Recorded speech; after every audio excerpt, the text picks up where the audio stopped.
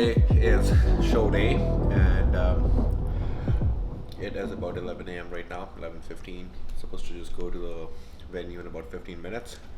So just to kind of recap of what we have done over the last 3 to 4 days. Been carbing up since Tuesday, which is the longest carb up I've ever had. My body was just so depleted even after the show. Like you guys saw the video, I ate so much for the show, and Sunday I woke up actually 2 pounds lighter, even after eating all that. And then Monday I was 2 pounds lighter than that, and Tuesday I was 1 pound lighter. So I was losing weight like insanely crazy. That's never happened before. It was a surprise for both me and Ryan, and I was just trying to think about like why it's happening, because this has never happened and it's not normal. Usually when you do a show, you're supposed to have some water retention, the glycogen stores are full, your weight needs to be higher, and it takes like the next 2 or 3 days to get the weight back down to what it was on the show day. But for me, the weight kept going less and less every day, literally the day after the show, which wasn't making any sense. And I was super full on Sunday and Monday. I did train on Sunday. I was not supposed to train, but I'm a little bit, when I do back-to-back shows, I send all this in my mind that I need to push hard. So I don't want to take a rest on Sunday. So I train on Sunday, I train on Monday, and then we kind of had to come up with a different strategy. And we started carbing up. We did 400 carbs on Wednesday, then almost 600, actually 400 on Tuesday, 600 on Wednesday, Thursday, 600, Friday. Yesterday we did about 850, plus we did like about 150 grams of fats. So that was a lot of food we ate yesterday.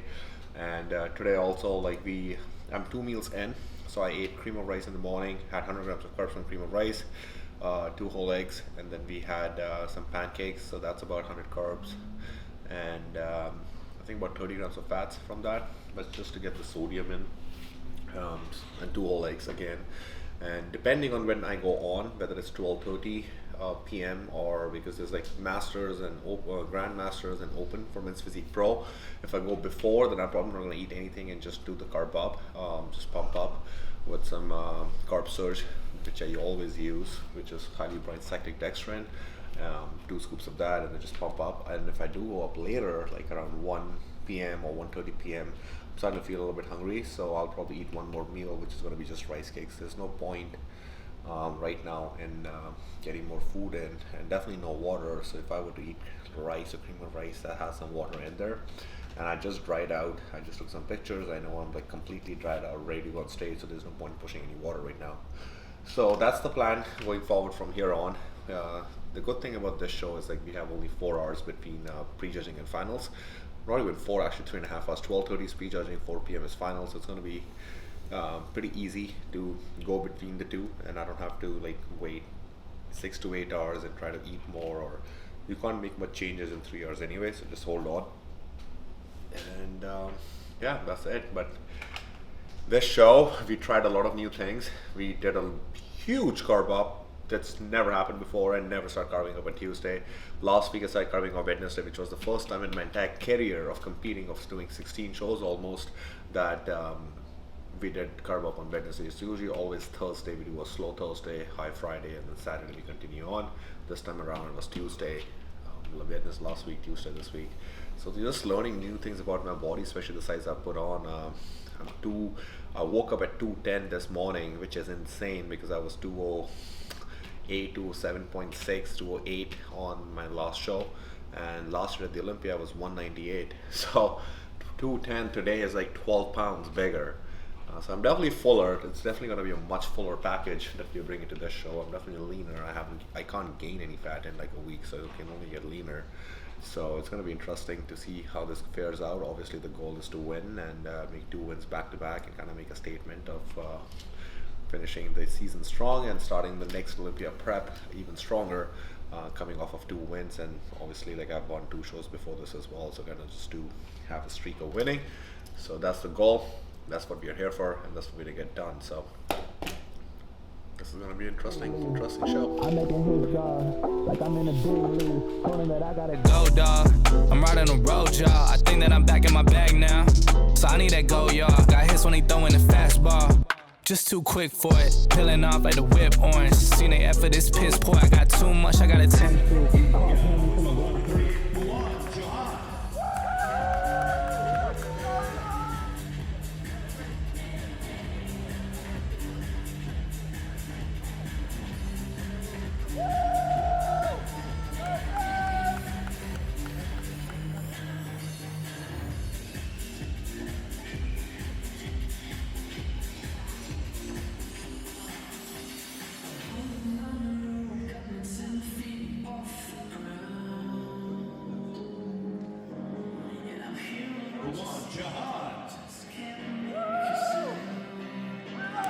Next up from Charlotte, North Carolina, Brandon Elam.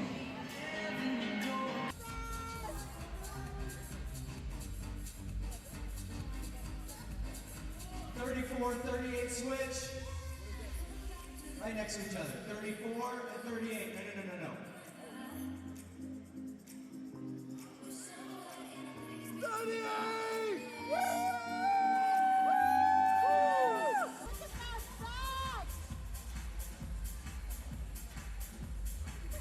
Face front.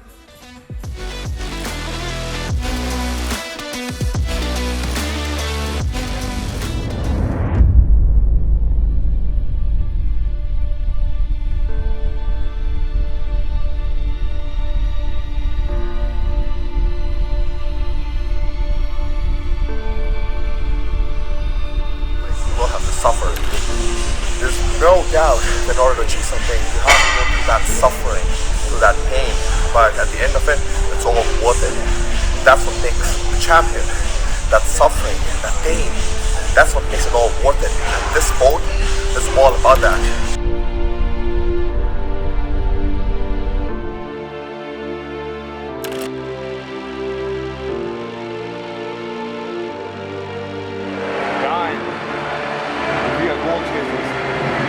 Dominant. I fucking live for dominant. The dominant workout, dominant training, dominant cardio, meals, history in the making. First thing you do, win a pro show, first thing you do is to win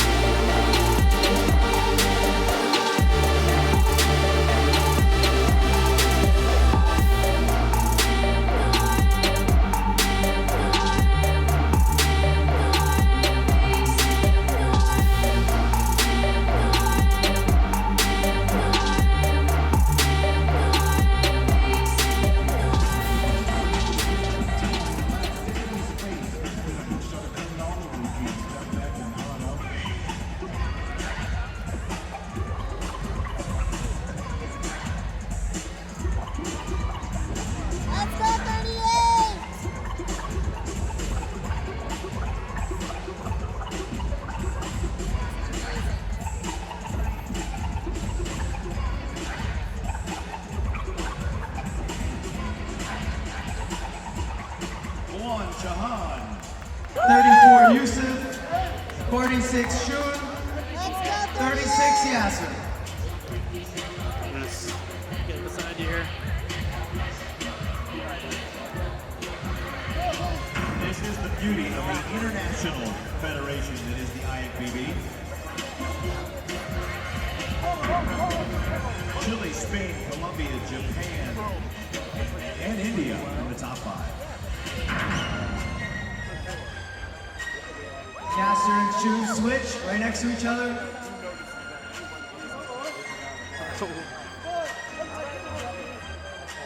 38! Face the back.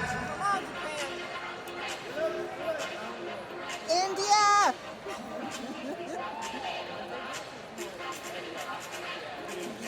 Face front.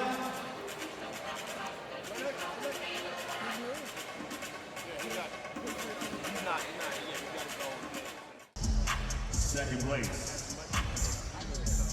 Chauhan from India, number 38. Which makes your winner the first person qualified for next year's Olympia and a check for $2,000 from Kuwait, Yusuf Al-Shabaab.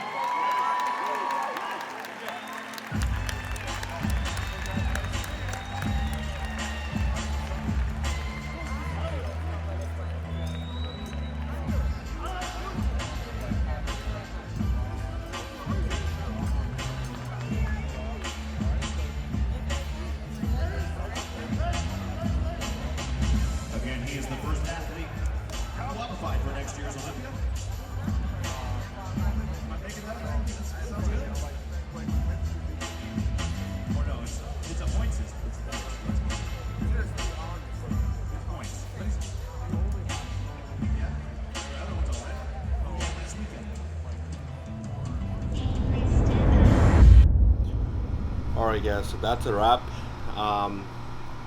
Just to go over a few things. Obviously we come into a show to win a show, but the biggest thing for me coming into this show was trying a new method, trying to see how far I can push in terms of eating to get that fullness level. The thing with my physique, with my metabolism and the kind of genetics that I have is that there's a very fine line between the conditioning that I bring and the fullness that I want. So because I've always been under so much pressure to win a show or to place really well at the Olympia, I've never been able to go that route wherein I'm like, okay, you know what? Let's push it hard. Let's see how much full I can get, because I'm not known for fullness. I'm not known for size. I'll never be the guy who's going to be the biggest on stage, but I'll always be the guy who has the best shape and conditioning, so with the right size. So it's always that's the priority. But at this show, because I had no pressure, we wanted to push as much food as possible, bring in as full as possible, and knowing that the kind of look that the judge is in East Coast go for, which is more fullness based and size based, we wanted to compromise on conditioning by like 10 to 20%. We already knew that. I already knew that. I wanted that because as I said, like the goal was to be bigger. So we were 2 pounds bigger, and we did lose a few lines, and then that's not the look they went for. Had they chosen like a more fuller, bigger look for the back, for the front, yeah, things would have been a little bit different. Like the whole lineup in the top 5 would have been different. But they went for more conditioning, which is perfectly fine. I was conditioned, but I do feel like because I was eating so much food, I almost ate about 600 to 900 grams of carbs and 60 to 150 grams of fats a day, starting 4 days out. That's the amount of food I ate. When you're eating so much food, and I was still getting fat every day, I was maintaining my weight. It's not that I was gaining. So when you are doing that much amount of weight, and you're eating that much amount of food, your stomach will take time to absorb, and that can have effect. And with me, I think it took away a little bit of my lines from my core, my abs, but it brought my physique to a completely different level to what always wanted to feel. It's not just about how I looked, but also how I felt, like pumping up, like throughout the day I was full, I was feeling that, and that's what we wanted. So going forward, I think we have a really good understanding of what my body wants, how much time it takes for me to carb up. It's definitely longer than what I've done in the past, and based on these 2 shows, we have a really good data.